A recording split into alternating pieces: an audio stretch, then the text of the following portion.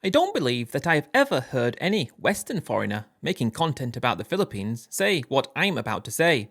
This is not about property, not about visas, not about the crime rate or the traffic or the typhoons or the political instability. Those are the things everyone talks about, and while they are all real, they are not the deepest thing that happens to a Western foreigner who moves to the Philippines.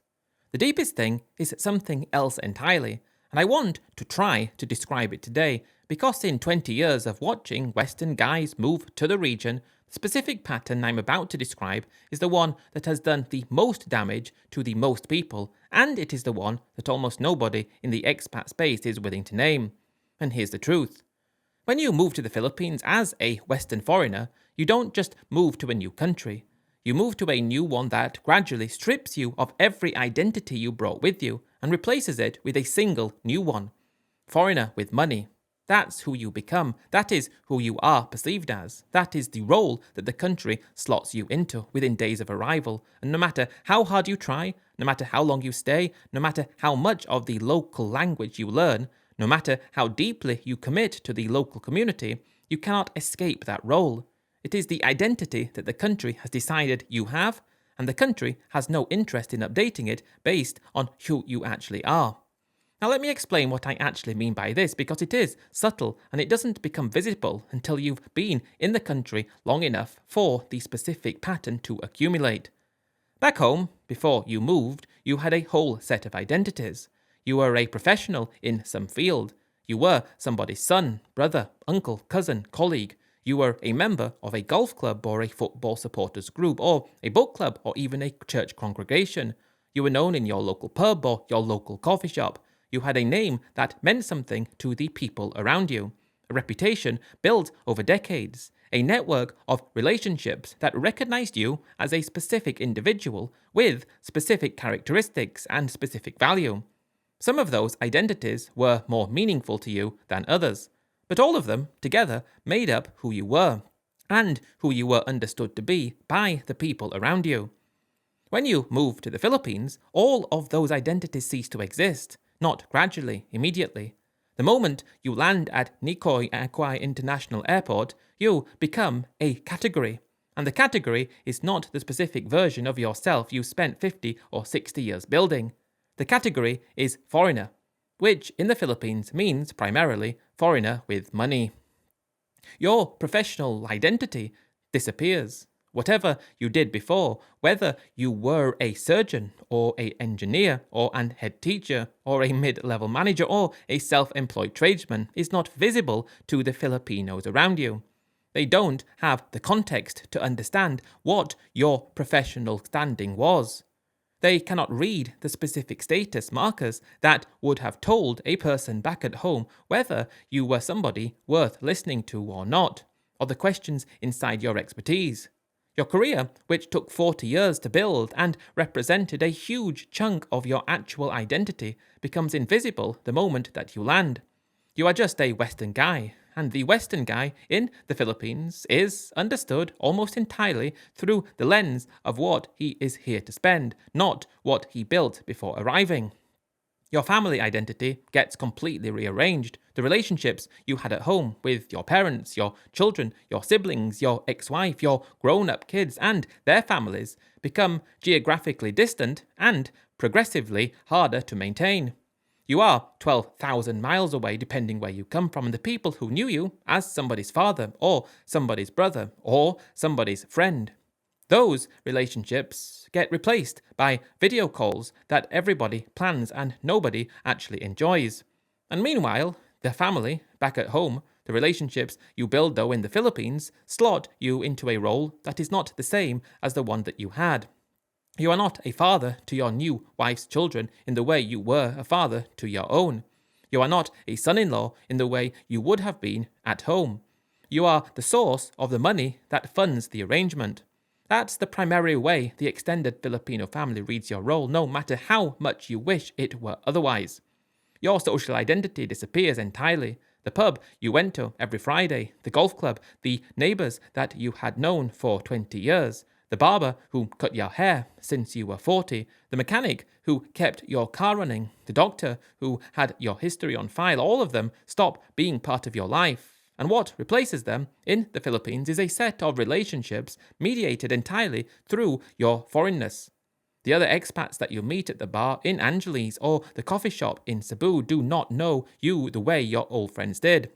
They know you as another Westerner guy who moved there in his 50s or 60s, and the conversation stays on that plane forever.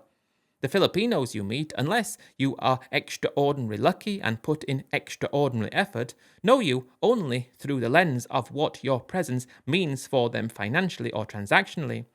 There is no equivalent to the pub in Britain, the neighbourhood in Sydney, the parish community in Ohio. There you were known simply as yourself. Your intellectual identity gets flattened.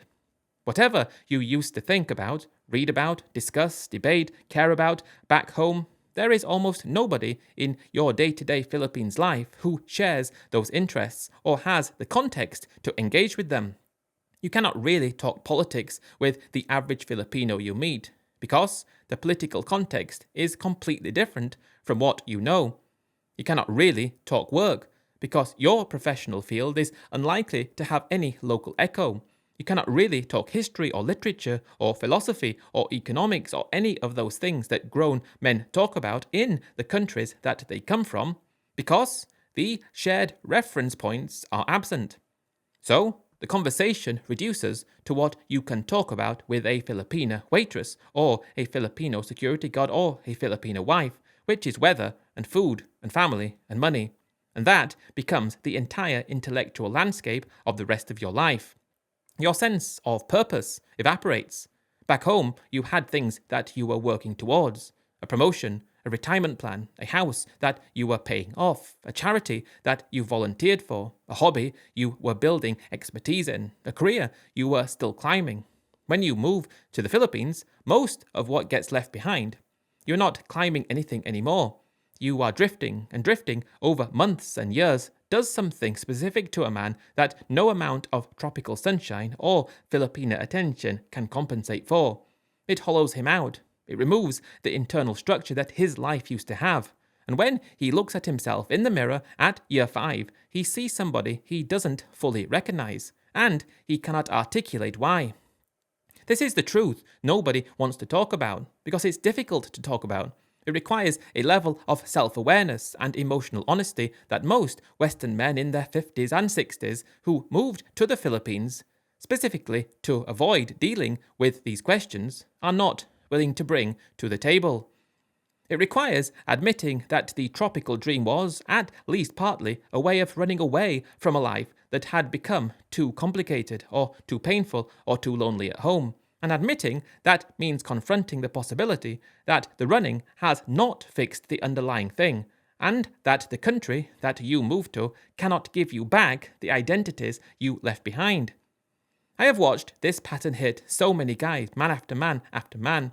I've sat at the bars in Angeles and in Manila with other Western foreigners who have been in the Philippines for 5 to 10 to 15 plus years, who have that specific hollow look in their eyes that comes from having emptied themselves of the identities that they came with and not found anything of equivalent substance to replace them. They still have the wife, they still have the condo, they still have the pension, they still have the daily routine. They do not have themselves anymore, not the way that they used to, and they do not know how to say it out loud, because saying it out loud would mean admitting that the whole project has, in some fundamental way, gone wrong. You see it in the way these men talk. They start every sentence with a small story about their arrival, about the year they first came, about the specific bar or restaurant or hotel where they had a memorable first weekend. And they keep telling those same stories year after year because the arrival is the last time in their lives they felt like themselves. Everything after the arrival has been a long, slow flattening, and the arrival stories are the anchor point they keep returning to. Because the version of themselves that arrived in the version that they still recognize, the version that has been in the Philippines for 8 years, drinking with the same expats at the same bar, having the same conversations about the same topics, no longer has anything to say that is not a repetition of what he was saying 5 years earlier. So the arrival stories become the whole conversation. and you sit there at the bar and you listen and you realize quietly that the man across from you has been telling you variations of the same 3 anecdotes for the entire time that you've known him, and that those anecdotes are the only remaining evidence that he has that he used to be somebody. It is bleak, and it is genuinely common, and it is one of the things that I never see any Western expat YouTuber actually discuss, because to discuss it would actually mean acknowledging that a lot of the men who watch these channels are, in fact, in exactly this situation, and that the channels themselves are part of what is keeping them there. And this is where the Western expat content space fails these men so badly, because the content space is not willing to tell them the actual truth. The content space is busy selling them the fantasy that got them there in the first place, and the fantasy has no room for the acknowledgement that the identity collapse is real, is common, and is one of the biggest downside risks of the entire Philippine expat move. If you are watching this and you are actually thinking about moving to the Philippines, I want you to actually sit with this, not with the property warnings or the visa warnings or the marriage warnings. Those are all real and important, but they are secondary. Sit with the question of who you are going to be when you get there. Sit with the question of what identities you are going to keep and what you are going to lose. Sit with the question of whether the Philippines can actually replace the parts of you that will disappear when you leave everything else behind. Because if the honest answer is no, then no amount of cheap living or warm weather or attentive Filipina company is going to fill the gap. And the gap is what most Western men in the Philippines are quietly living with at year 7. And if you are already in the Philippines and you recognize exactly yourself in this, what I've just described, I'm not telling you what to do about it. That's your call. But I'm telling you that you are not alone, that you didn't fail personally, and that the pattern that you are experiencing is a real feature of what happens to Western men who move to the Philippines with the expectations that most Western men arrive with. It's not a personal weakness. It is a systematic outcome of the specific way that the Philippines processes the Western foreigner. And naming it, honestly, is the first step, I believe, towards deciding what you want to do about it. Thanks for tuning in to the deep dive today, guys. I really do appreciate it. And I'll catch you in the next one. Cheers and bye for now.